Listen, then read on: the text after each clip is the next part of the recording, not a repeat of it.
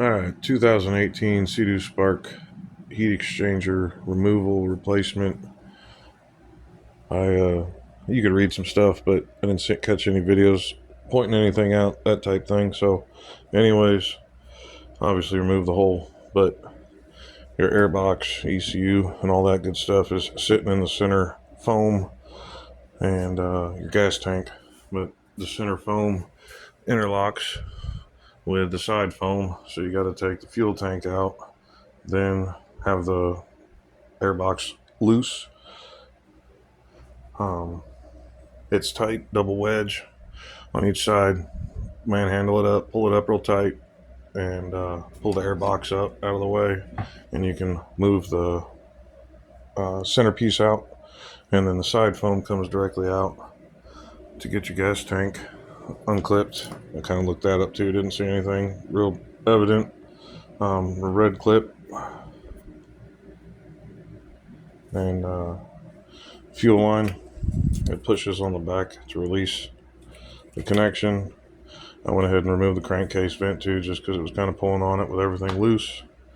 I couldn't find anywhere to drain the antifreeze, so I just dumped it in the hole and used my vacuum to pull it out.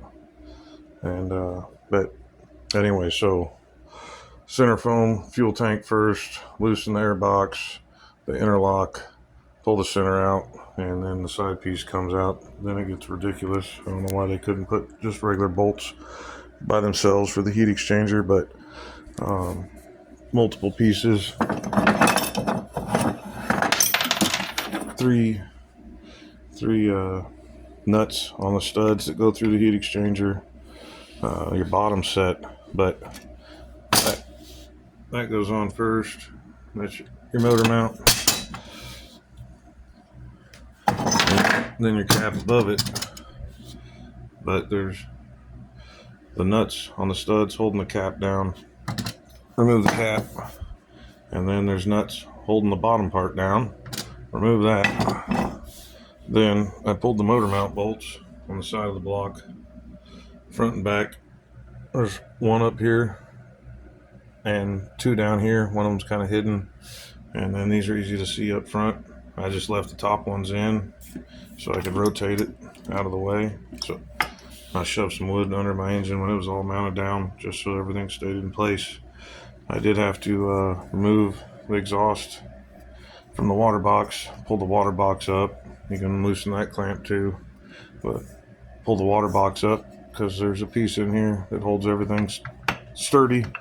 And the motor mount bolts do have Loctite, so make sure you put Loctite back on those.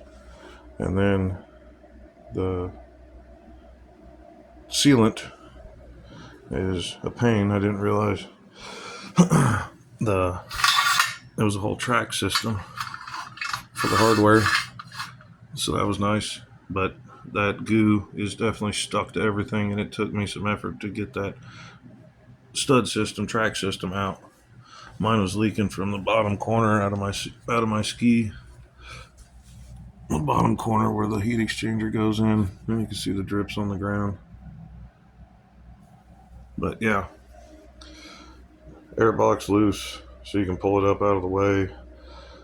Pull the front center foam up and out, forward, side piece, two nuts, take cap off, two nuts, undo the motor mounts, front and back, and swing them up out of the way. Then you can pull the bottom mount out, and then there's two more nuts holding the heat exchanger on.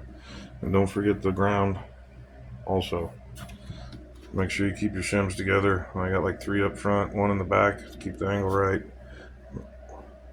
And that's pretty much it. Still doesn't make any sense why they couldn't have just put two bolts just for the heat exchanger and two bolts for the heat exchanger. But yeah, I got lucky, and there was no sealant stuck to the hole. All my sealant, factory sealant, was stuck to the heat exchanger. That's it. Hope that helps somebody.